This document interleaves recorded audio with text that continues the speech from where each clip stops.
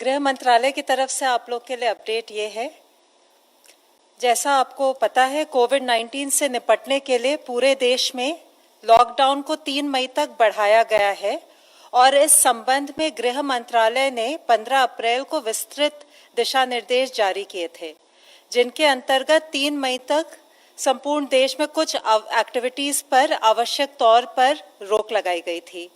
साथ ही वो एरियाज जो हॉटस्पॉट्स या कंटेनमेंट जोन में नहीं हैं, खासकर ग्रामीण क्षेत्र, वहाँ पर अर्थव्यवस्था की एफिशिएंसी को बढ़ाने के लिए तथा कृषि कार्यों को कार्यात्मक बनाए रखने के लिए 20 अप्रैल तक कुछ अतिरिक्त गतिविधियों की अनुमति दी गई है। इसी श्रृंखला में गृह मंत्रालय ने 21 अप्रैल को अपने पत्र द्वारा सभी राज्य सरकारों को स्पष्ट किया है कि सीनियर सिटीजन्स की बेड साइड अटेंडेंट और केयर गिवर सेवाएं एग्जेम्प्ट सर्विसेज हैं। इसके अलावा पब्लिक यूटिलिटीज में प्रीपेड मोबाइल कनेक्शंस की रिचार्ज फैसिलिटी भी एग्जेम्प्ट सेवाओं में शामिल है। जरूरी वस्तुओं की उपलब्धता को ध्यान में रखते हुए यह फिर से स्पष्ट किया गया है कि शहरी क्षेत्रों में स्थित खाद्य प्रसंस्करण उद्योग जैसे milk processing units, bread factories, आटा और दाल मिलों को भी छूट प्राप्त है। गृह मंत्रालय ने अपने 21 अप्रैल के आदेश द्वारा बीज और हॉर्टिकल्चर प्रोड्यूस के आयात निर्यात संबंधी सुविधाओं को, कृषि और हॉर्टिकल्चर के क्षेत्र की रिसर्च संस्थाओं को तथा मधुमक्खी उत्पाद एवं शहद संबंधी आवाजाही को छूट दी है। विद्यार्थियों के लिए शैक्षिक किताबों की दुकानों और गर्मी के मौसम को देखते हुए इलेक्ट्रिक फैंस की दुकानों को खोलने की अनुमति भी दी गई है। लाखों भारतीय मर्चेंट शिपिंग वेसल्स पर काम करते हैं।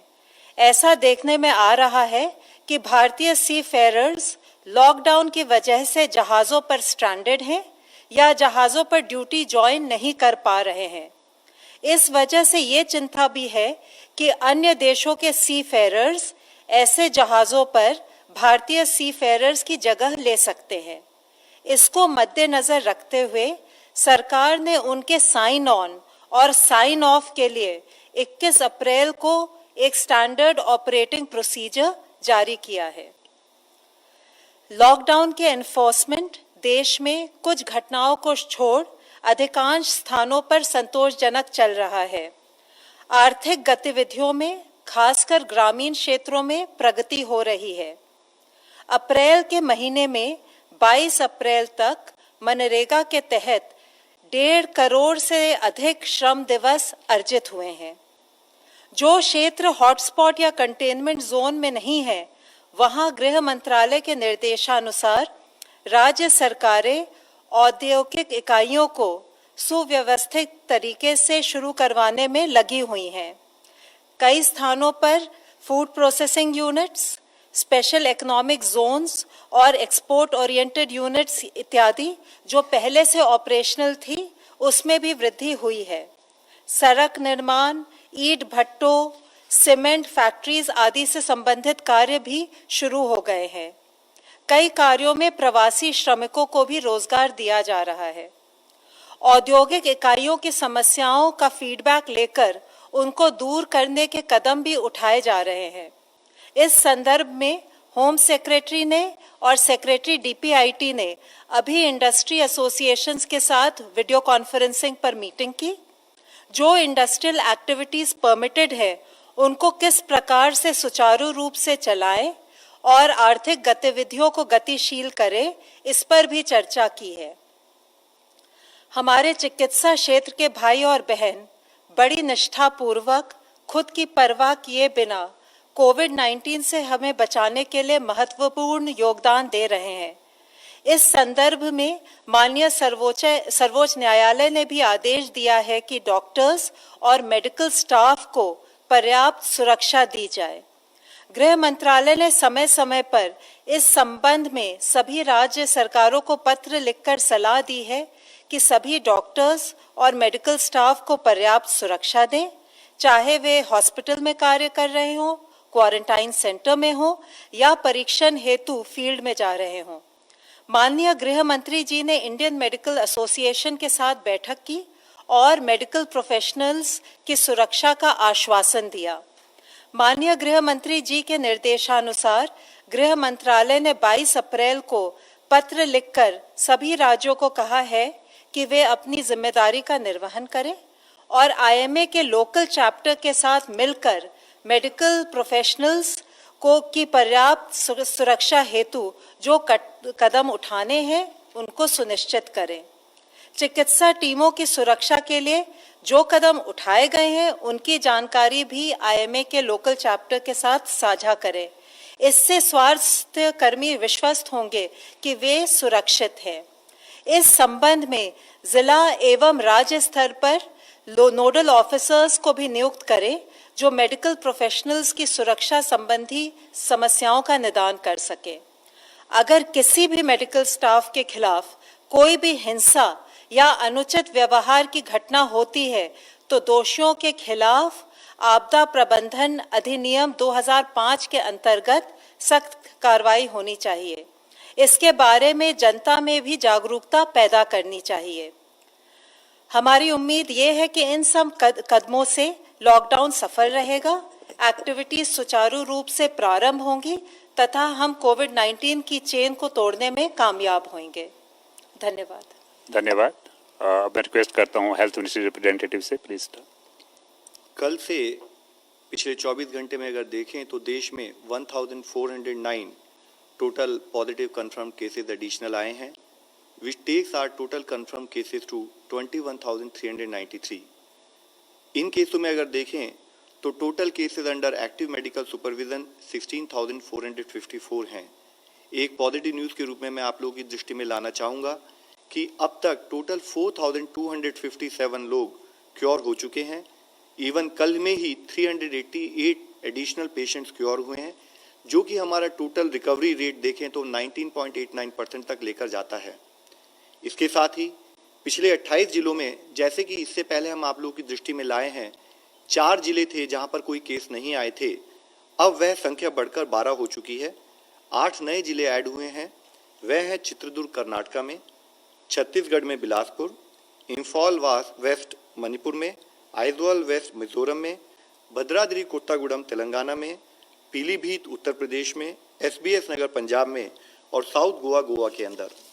इसके साथ ही देश में 78 ऐसे डिस्ट्रिक्ट्स हैं जहां पर पिछले 14 दिनों से कोई केस नहीं आया है।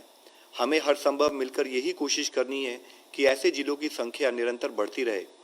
इस स्थिति के अंदर देखें तो 33 नए जिले ऐड हुए हैं, जो कि 9 स्टेट में ऐड हुए हैं जहां पर कि पिछले 14 दिनों से कोई केस नहीं आया है।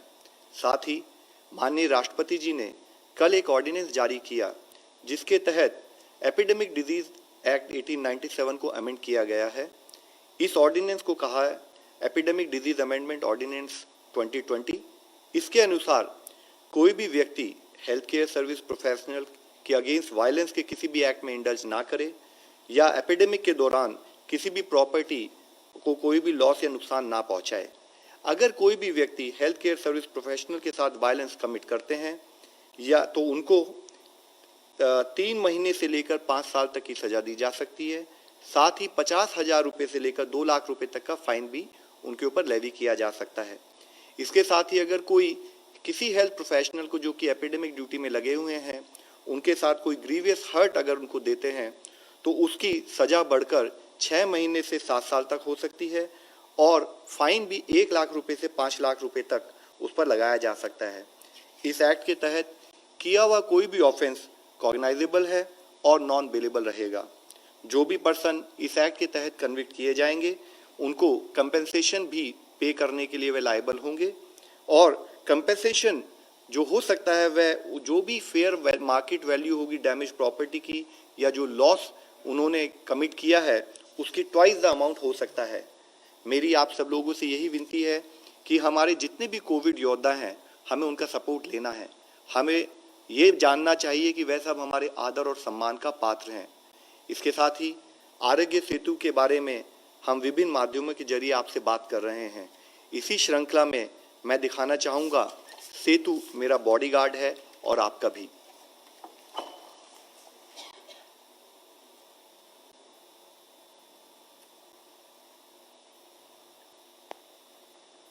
Good morning sir. आप कौन? सर मैं आपका नया बॉडीगार्ड सेतु। सेतु? लेकिन मेरे पास तो ऑलरेडी बॉडीगार्ड्स हैं।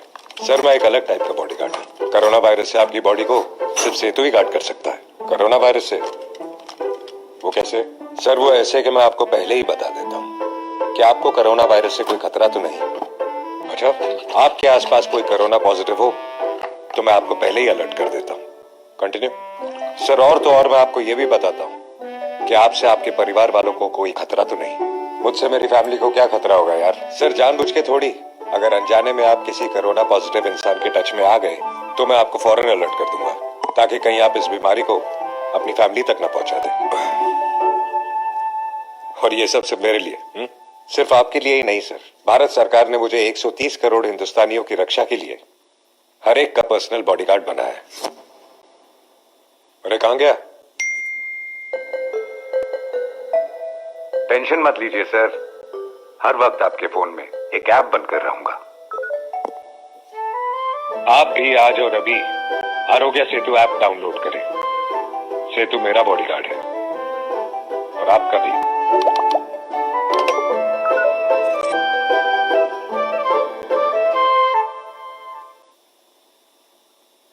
Today, we are also joined by Mr. C.K. Mishra, Director ICMR and Director AIMS. आप सब लोगों को विदित है कि कोविड की इस लड़ाई में, इस महामारी के युद्ध में गवर्नमेंट की तरफ से 11 एम्पावर्ड ग्रुप बनाए गए थे गाइडेंस के लिए, और उसमें से एक ग्रुप नंबर 2 जिसका मुख्य कार्य है कि अवेलेबिलिटी ऑफ हॉस्पिटल्स, क्वारंटाइन और आइसोलेशन फैसिलिटीज, डिजीज सर्वेलेंस और टेस्टिंग के विषय में गाइडेंस देना, काम करना। अब मैं रिक्वेस्ट करूंगा सी.के. मिश्रा साहब से कि फर्दर हमें बताएं प्लीज। फ्रेंड्स, प्रतिदिन उस दिन की जो स्थिति होती है, जो प्रगति होती है, जो बदलाव आते हैं, उसके संबंध में मेरे कॉलीग्स लव अग्रवाल, पुण्या श्रीवास्तव, डॉक्टर गंगा आपको आंकड़ों से अवगत कराते हैं, स्थिति से अवगत कराते हैं और आप उसका विश्लेषण करते हैं।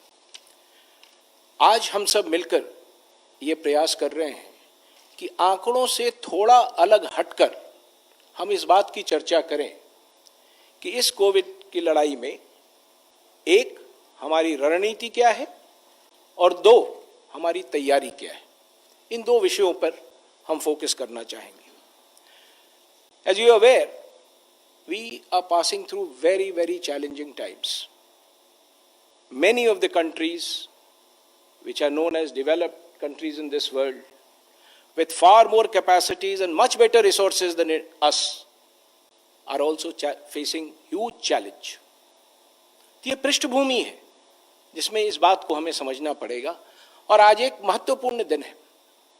आज लॉकडाउन के 1 महीने पूरे हुए।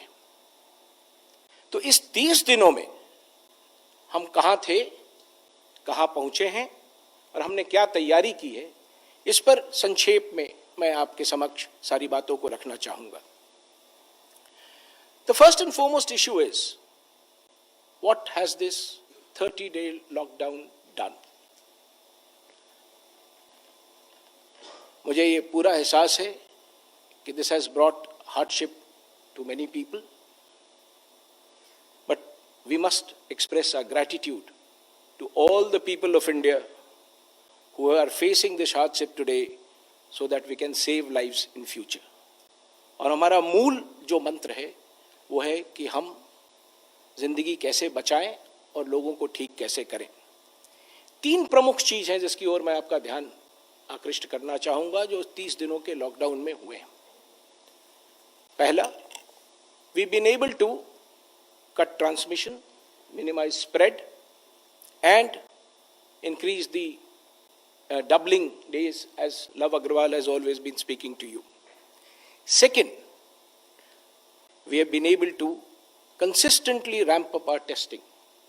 And third, we have been able to utilize this time gainfully for preparing ourselves for the future if the virus spreads further, and anyway, whatever is required to be done, we will need to do. So there has been a lot of action during these 30 days. हजारों लोग, ना सिर्फ हम जो दिल्ली में बैठे हुए हैं, फील्ड में हजारों लोग इस कार्य में लगे हुए हैं, और लोगों ने मिलकर और सरकार ने कई सारे ऐसे कदम उठाए हैं जिसने ये सुनिश्चित किया है कि in these 30 days we remained more or less stable, and that is the first thing that I want to bring before you. And one of the critical tools, एक अहम हथियार जो हमने इसमें इस्तेमाल किया है, वो टेस्टिंग। और when I say testing, it is RT-PCR testing, जो हमें बताता है कि मरीज को बीमारी है या नहीं है। अब अगर हम टेस्टिंग को देखें तो मैं सिर्फ एक आंकड़ा आपके समक्ष प्रस्तुत करना चाहूंगा। 23 मार्च को हमने पूरे देश में 14,915 टेस्ट किए थे। On the 22nd of April, we have done more than 5 lakh tests. If you do a rough calculation, it is about 33 times in 30 days. But we are conscious of the fact that this is not enough, and we have to continuously move ahead and ramp testing in this country. We will continue to do that. हमने ये भी देखा है, और श्री अग्रवाल ने भी बताया, कि इस अवधि में हमारे नंबर ऑफ पॉजिटिव केसेस में भी बढ़ोतरी हुई है, और हमें उस बात को ध्यान में रखना है जब हम अपनी टेस्टिंग स्ट्रैटेजी बनाते हैं या हॉस्पिटल की स्ट्रैटेजी बनाते हैं।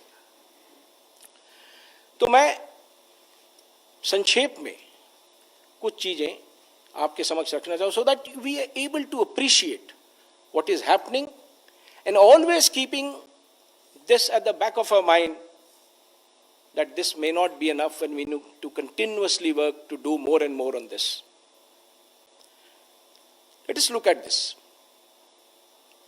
This shows the figures of these 30 days and how the number of daily tests have gone up and how the new positives have gone up. So this is where we stand today, what we've been doing, and what we've been trying to achieve. Let us now move a little further on this and see how cases have moved in India. This is how the positive cases have moved in India.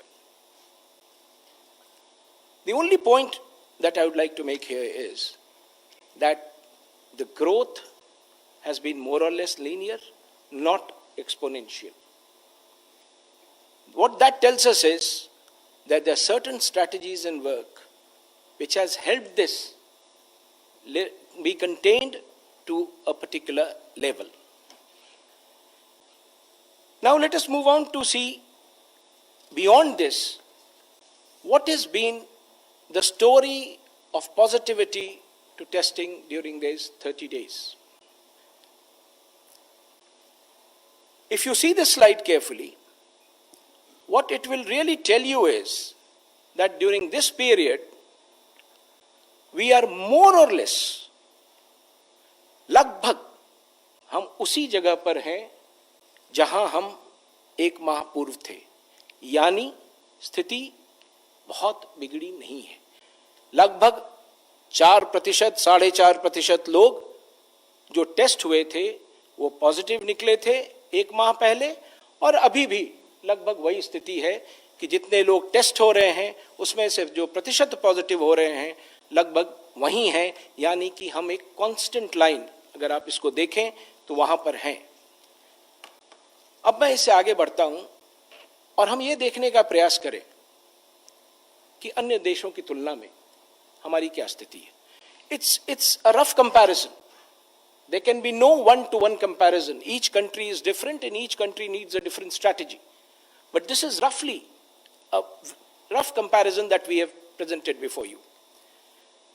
What I would like to point at is this yellow line, if I can get my pointer there, right at the bottom. That is India's story. And we have deliberately taken a case of 400th case on 23rd of March. What was the position when each of these countries had 400 cases and how they have moved beyond that? So this slide clearly tells us where we stand. And if you see, one of the countries which has, of course, done better is South Korea. But majority of the developed countries have had a story which is, it could be a combination of various things. This is not to say that we've done extremely well and things are going, but this is the current story. And based on this current story and the future projection, we need to evolve a strategy in this country. Let me also now just mention to you, while we are here on this slide, the fact that how has it happened in some of the other countries. So let me give you some numbers of that. If you look at the figures carefully, we are today at a 500,000 mark. 5 lakh test हमने आज किए हैं. US ने 5 lakh test 26 मार्च को किया था. They had found 80,000 cases to be positive. I'm giving you rough numbers. Italy ने ये मार्क 31 मार्च को किया था and they had 100,000 people who were positive. 1 lakh लोग थे. यूके में ये समय 20 अप्रैल को आया and they had 120,000 positives. Turkey में ये समय 16 अप्रैल को आया, they had 80,000 positives. इंडिया में ये मार्क 22 अप्रैल को आया और हमारे पास लगभग 20,000 पॉजिटिव केसेस थे.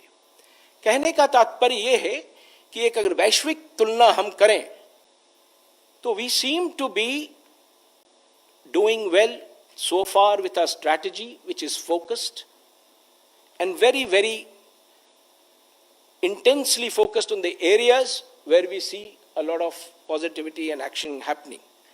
Of course, there are other countries which have done better. For example, South Korea has done better than this. So, given these facts, these actually, what do they show?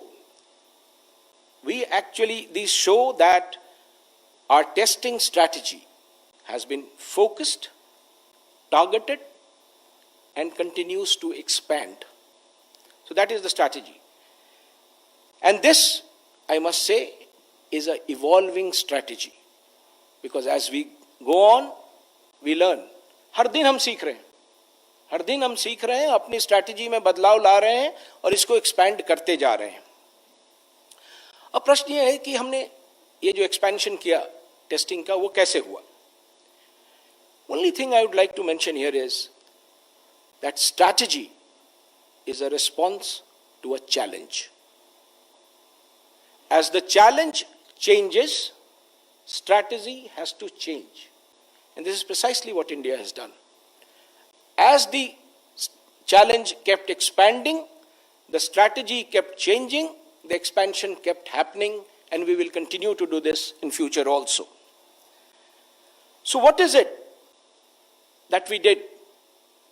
Some of the quick points that comes to mind is, and please let us remember that it takes huge number of people across the country to implement the strategy on the field.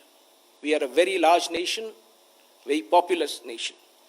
So what we have done largely is, A, expanded the testing base, B, expanded the test base, where we test, and we have mobilized all resources that we have, public, private, resources of scientific institutions, resources of research institutions, resources of central university, every possible resource has been put together, and we have actually decentralized these activities to manage logistics in an efficient way.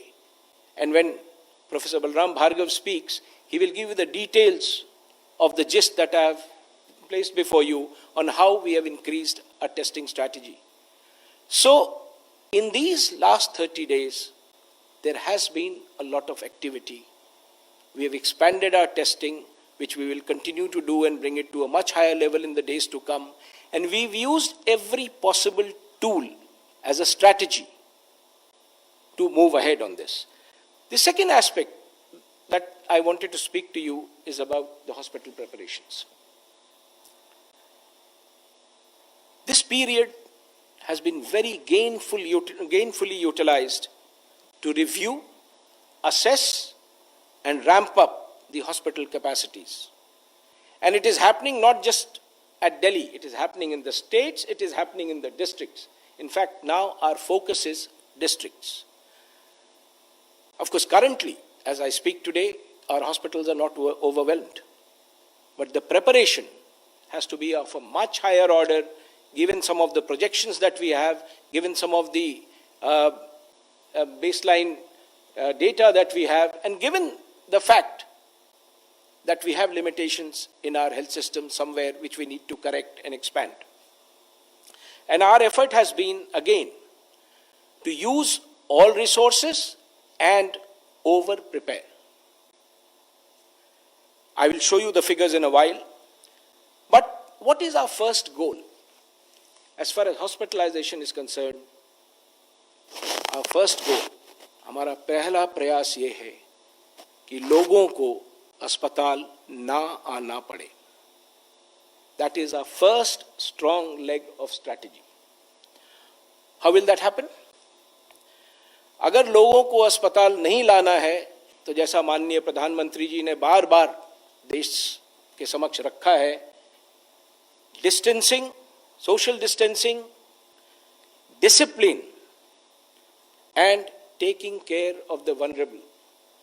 ये एक प्रमुख मुद्दा है कि जिसको इस संक्रमण का सबसे ज्यादा खतरा है, जो हमारे बुजुर्ग हैं, जो कोमॉर्बिडिटी वाले बुजुर्ग हैं, जो 60 साल की उम्र के ऊपर हैं, उनको कोमॉर्बिडिटी है, इस वर्ग को हमें सामाजिक रूप से सुनिश्चित करना है कि हम उसे सुरक्षित रखें. अनुशासन के साथ सोशल डिस्टेंसिंग अगर हम मेंटेन करेंगे, जिस तरह से लॉकडाउन की पीरियड में हमने किया है, तो हम ये सुनिश्चित कर पाएंगे कि कम से कम लोग अस्पताल तक पहुंचे.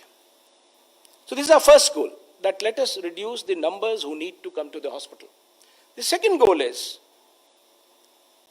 for every person who needs to come to the hospital, we will put enough infrastructure, enough facilities in place so that he is treated well, cured, and sent back. Our basic principle is test, cure, and ensure that mortality is very low. So, one of the things for those who need hospitalizations, we have worked out a strategy at the state and the district level. As I said, our focus is district, so that is where the entire action will happen. And every district in the country today, we've been interacting with all of them, are day and night working towards preparing that. And let me give you a glimpse of that. This is how our structure will look like. A patient comes to our COVID care center, assessment is made whether he needs to go up to a dedicated, health center, or he needs to be retained there, isolated. Positive cases, non-positive cases, that triage will be there. So that is the point where it will be decided, where do we take the patient. Isolation facility is the basic care that we are having. Then, if from there we need to carry someone to the second stage, ambulance services will be available to take him to the second stage, which is the dedicated COVID health center. The last two are actually hospital settings. The first could be a hospital setting, it could be a hotel, it could be a lodge, it could be a hostel, it could be anything. It's basically quarantine or isolation facility. But the last two are actually hospital settings. And the second setting that we are saying, where people with medical, clinical, moderate clinical symptoms will go, is a facility with oxygen. We've been talking for a long time on ICU care ventilation, etc. But if you look at the patient profile today, the critical thing today is oxygen. And our entire hospital preparation now is focused on providing oxygen to those who need it, the patients who come to the hospital. So this second tier is very, very critical. अधिकांश लोगों का इलाज यहीं पर होगा और हम ये प्रयास करेंगे कि उनको चिकित्सकीय सुविधा इस स्तर पे ऐसी दी जाए ऑक्सीजन के साथ कि इसी स्तर से वो ठीक होकर घर वापस आ सके। यदि इनमें से कुछ लोग ठीक नहीं होते हैं और उन्हें गहन चिकित्सा की आवश्यकता है, आईसीयू केयर की आवश्यकता है, तो उनको हम वैसे कोविड डेडिकेटेड हॉस्पिटल्स में ले जाएंगे जहां आईसीयू केयर उपलब्ध हो। और आईसीयू केयर दो तरह का हो सकता है, it can be stand alone ICUs, it can be with ventilators. जिसको जैसी आवश्यकता होगी वो हम करेंगे। तीनों स्टेज एक दूसरे से कनेक्टेड है, हम एक तरफ से दूसरी तरफ उनको ले जा पाएंगे। ये जो भी संरचना मैं बता रहा हूं, this entire structure is a dedicated covid structure. There is no mixing. Patients who do not have COVID and need a regular medical care will be treated at other facilities. और हम इस बात का बहुत ध्यान रख रहे हैं जिलों की तैयारी में कि उन पेशेंट्स को दिक्कत ना हो, तकलीफ ना हो, क्योंकि उनको मेडिकल केयर की आवश्यकता है और उनको medical care dedicated Covid hospital के बाहर दिया जाना है। तो आप यदि इसको देखें, जैसा मैंने कहा पिछले एक माह की हम बात कर रहे हैं, in the last 1 month the number of dedicated hospitals increased 3.5 times, and these bars will show you that. And the number of isolation beds has increased by 3.6 times since last month. What I am trying to refer to is that we have used these 30 days to prepare and make sure that in the event we need to cater to more and more patients, we are ready. ये हमारी तैयारी है, preparedness है। अब मैं इस अंतिम slide को आपके सामने रखना चाहूंगा, जिसमें हम ये दिखाने का प्रयास कर रहे हैं कि हमारे पास अभी टोटल फैसिलिटीज हैं कि। मैं आपसे निवेदन करना चाहूंगा कि ये जो नंबर आप देख रहे हैं ये प्रतिदिन बदलता है, क्योंकि हर जिला निरंतर प्रयास कर रहा है और कितने बेड्स हैं वो बढ़ते जाते हैं और बेड जोड़ने के प्रयास चल रहे हैं। तो जो कोविड हॉस्पिटल्स हैं, कोविड हेल्थ सेंटर्स हैं और कोविड केयर सेंटर्स हैं, उसमें लगातार वृद्धि हो रही है। अभी हमारी स्थिति जो इसमें हमने दर्शाई है ये है 3773 ऐसे अस्पताल या फैसिलिटी हैं जिसको इसके लिए चिन्हित किया गया है। और अगर आप देखें तो टोटल आइसोलेशन बेड्स 1,94,000 हैं, उसी तरह आईसीयू बेड्स हैं, टोटल वेंटिलेटर्स जो आज की स्थिति में उपलब्ध हैं। संभव है कि when we assess it again tonight, the numbers will change, it will increase. That is the effort that we keep on increasing this every day. So friends, what ultimately we want to do is that we want to create a structure where we test most people, treat them according to need, and then ensure that we are able to cure them and save lives. So this was the rough format of a strategy and preparedness that I thought we'll share with you.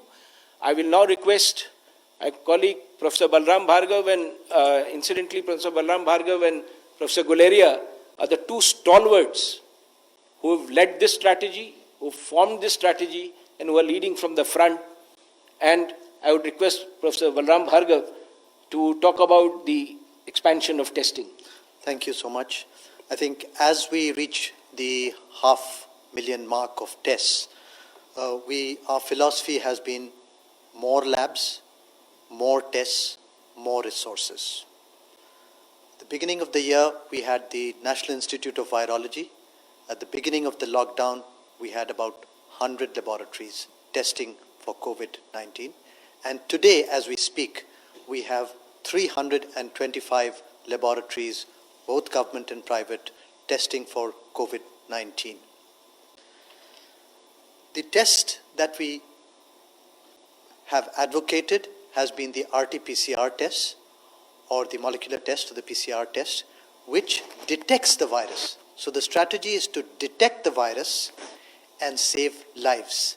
And once we are able to detect the virus, we are also able to further strategize on how do we isolate the patient and treat accordingly. So that has been the philosophy as far as we are concerned. The entire scientific and the medical community has risen to this occasion, and as CK has already mentioned, that all the DBT institutes, the ICMR institutes, the CSIR, the DST, the DRDO, the ICAR, the state universities, medical colleges, government, private, they have all responded dramatically, and also the private sector has been energetic and has risen to the occasion dramatically as well. The other point that I want to emphasize is that there has been a supply chain which has been created, although there is a shortage of reagents, there is a shortage of RNA extraction kits, there is a shortage of VTMs, PCR kits, etc. in the entire world. But the center has been working with the states tirelessly to ensure that these reagents are supplied to the laboratories in a very timely fashion and in a very calibrated fashion, so as to enhance, divert certain reagents to hotspots, calibrate it in such a manner, and we really like to thank both the districts and the states who have responded phenomenally well in helping out with maintaining this supply chain very, very well. More importantly, we have also been able to decentralize it and create 15 depots in the whole country, wherein, in a situation of lockdown, we have been able to supply these reagents in those depots, and they in turn supply it to the various laboratories testing.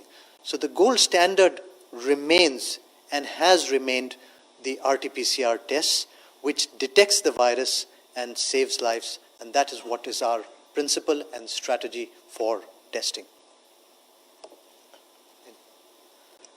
Thank you, Professor Bhargav. I must add that whatever efforts we are making, and we talk about resources available with us, we talk about the testing, we talk about hospitals, it is a collaborative effort with everyone joining in, the public, private, and whosoever is there in the country. This is all taken together. We are not mentioning them separately, but this is all taken together. And now I would request Professor Guleria to explain other aspects of the medical side of this disease. Thank you, sir. To begin with, first, on behalf of the medical fraternity, I would like to take this opportunity to thank the Honorable Prime Minister and the Government of India for the ordinance that has been passed yesterday, which will go a long way in providing security and boosting the morale of our frontline soldiers, that is the Corona warriors. All healthcare workers are really very grateful for this ordinance, and I think this is a great boost as far as they are concerned. But as we sort of applaud our healthcare workers, it's also important to understand that the center of all of this is the patients, and they are currently facing a lot of challenges and stigma which is not justified. The majority of patients are actually becoming all right and coming out, and these are actually our symbols of victory. They are symbols of hope that they have had COVID-19 and have come out, and yet we have stigmatized them to a large extent, which is creating a huge problem. It's creating a panic, it's creating problem as far as society is concerned. These individuals, these patients, their families are having a huge hardship which are really unjustified. And not only that, it is actually causing increasing morbidity and mortality. Because of the stigma that is happening, many patients who have COVID-19 or have flu-like symptoms are not coming forward, not coming to healthcare facilities. And because of that, they are coming very late when they are really very breathless, and this is leading to higher mortality. Many of these patients can be saved by just one treatment, and that is by giving them oxygen. The simple thing to remember is that when these young individuals or these individuals have a pneumonia or they have a viral infection and their oxygen in the blood becomes low, it can lead to or trigger a number of other problems, whether it's cardiac, whether it's neurological, and therefore a strategy of having more and more oxygen beds is based on this. 80% of individuals will have mild illness. The remaining 15% will become all right just with supportive care and oxygen therapy. Less than 5% will need ventilators or critical care. So therefore, it's important that we reach out to these patients who are right now scared to come out because of the panic and the stigma that we have attached, and thereby not getting proper treatment. So I think we need to work on this. I would appeal to everyone, whether it's the media, whether it's the lay public, that these are people who, for an unfortunate reason, have got the infection. Consider the stress and strain the whole family goes through. You're isolated for 14 days in a quarantine facility where you are seeing people who are wearing PPEs and treating you. You're not able to meet your family members for 14 days because you are in quarantine or you're in isolation. Besides, instead of sympathizing with these people, we have created an environment of fear and panic, which I think is really not justified. And we all need to work in trying to really look at these people as our symbol of hope and victory, rather than stigmatize them and start not accepting them in society. We have to work on this strategy, and I would like to appeal to everyone that we should look at how we can support the families and patients who have had COVID-19, who are suffering from COVID-19, and encourage more and more people to come out for testing. If you are tested early and reach the hospital early and treatment is started, it will save your life. If you don't come to the hospital and you have COVID-19 and you come in a state where you are gasping for breath, it will lead to higher mortality. Therefore, I think it's important that we encourage everyone to seek medical attention, get themselves tested. We have ramped up testing to a large extent.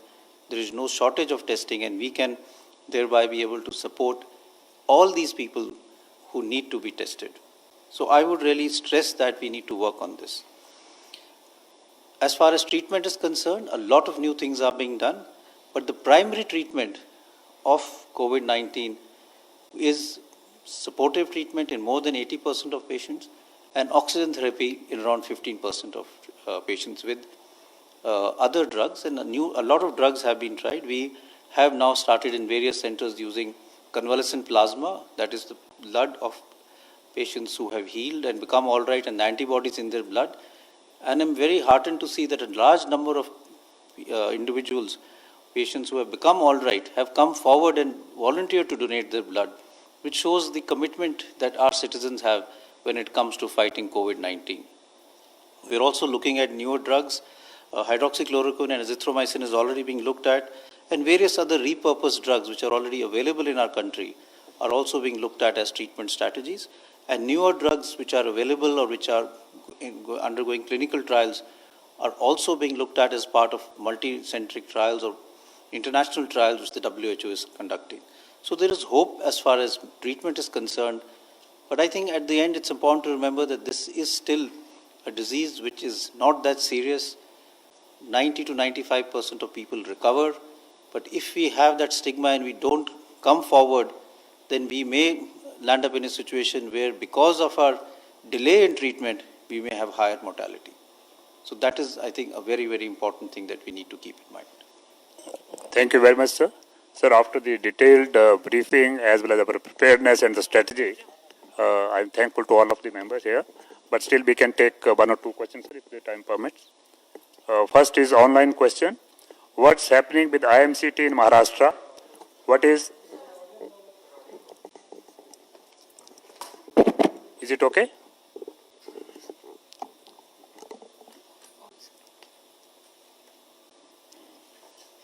What's happening with IMCT in Maharashtra?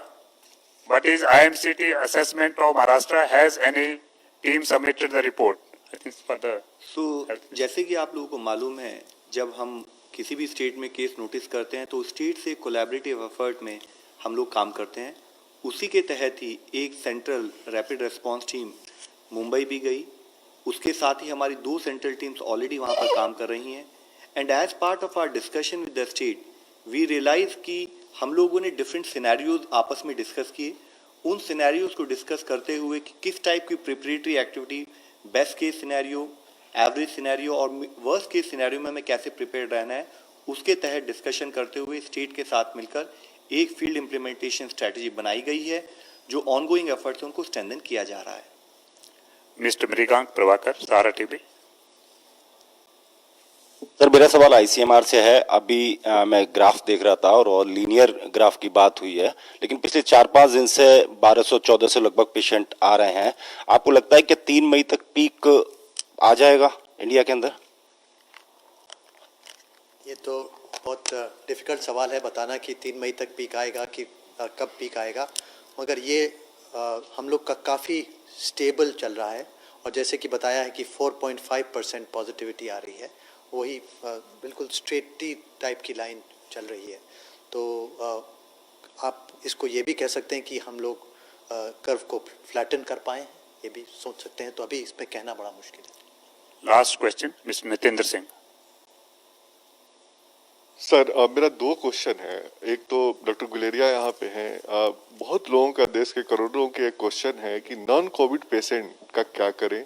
बहुत से serious है मरीज जाते हैं, उनको बहुत सारी problem, चाहे वो कैंसर की हो, डायबिटीज़ का हो, या फिर बहुत सारे ऐसे डिजीज बर्डन ऑलरेडी इंडिया में इतना है, तो वो क्या करें। सेकंड आईसीएमआर से क्वेश्चन है कि क्या वायरस एयर में है या उसकी किस तरह की बिहेव है, कितना डिस्टेंस पे लोग मेंटेन करें, ये नए तरीके से लोग जानना चाहते हैं कि इस पे थोड़ा एक्सप्लेन करा जाए। Thank you. आपकी बात बिल्कुल सही है कि इस कोविड के एरा में हमें नॉन कोविड पेशेंट को नहीं भूलना चाहिए और ये बहुत ज़रूरी है कि उनका पूरा ध्यान रखा जाए। कई पेशेंट्स ऐसे हैं जिनको कैंसर है, जिनकी कीमोथेरेपी की बात है, डायलिसिस की ज़रूरत है, क्रॉनिक किडनी डिजीज़ के पेशेंट्स हैं या डायबिटीज़ के पेशेंट्स हैं। तो ये प्रयास पूरी तरह से किया जा रहा है कि जब हम कोविड पे फोकस कर रहे हैं, और जैसे सेक्रेटरी साहब ने भी कहा कि नॉन कोविड फैसिलिटीज़ पर भी ध्यान दिया जा रहा है। कई हॉस्पिटल्स ने टेली कंसल्टेशन और शुरू कर दिया है, जिससे हम लॉकडाउन के दौरान भी इन पेशेंट्स को रीच आउट कर सकें, उनको फ़ोन कर पाएँ और उनसे उनके सपोर्ट कर पाएँ। कुछ ऐसे हॉस्पिटल्स हैं जो नॉन कोविड डेडिकेटेड हॉस्पिटल्स बने हैं, जहाँ पे ये फैसिलिटीज़ प्रोवाइड की जाएगी। और मेरा ये मानना है कि जैसे जैसे हम आगे चलेंगे लॉकडाउन के उठने के बाद भी, तो हमें ये दोनों चीज़ें बैलेंस करनी पड़ेंगी, कोविड सेंटर्स और नॉन कोविड सेंटर्स, जहाँ पे हम पूरी तरह से इन लोगों का केयर प्रोवाइड कर पाएँ और इन दोनों को मिक्स ना करें, जिससे जो ये इम्यूनो कॉम्प्रोमाइज पेशेंट्स हैं या जिनको कोविड के रिस्क सीवियर इन्फेक्शन होने के चांसेस ज़्यादा हैं, वो अलग रहें और कोविड वाले जो हैं वो अलग से रहें। लेकिन ये आपकी बात सही है कि इसमें ये ध्यान रखने की ज़रूरत है कि जो नॉन कोविड हैं वो सफ़र ना करें, उनकी मोर्टेलिटी ना बढ़े। ये आपने जो कहा कि वायरस कितनी दूर तक रह सकता है, इसके लिए ये बहुत क्लियर माना जाता है कि ये ड्रॉपलेट इन्फेक्शन है और 1 से 2 मीटर की दूरी रखनी चाहिए कि जिसमें ड्रॉपलेट ना आए। That is standard and that is what is social distancing या फिजिकल डिस्टेंसिंग, जिसको आप कह सकते हैं। Thank you very much, friends. Thank you very much.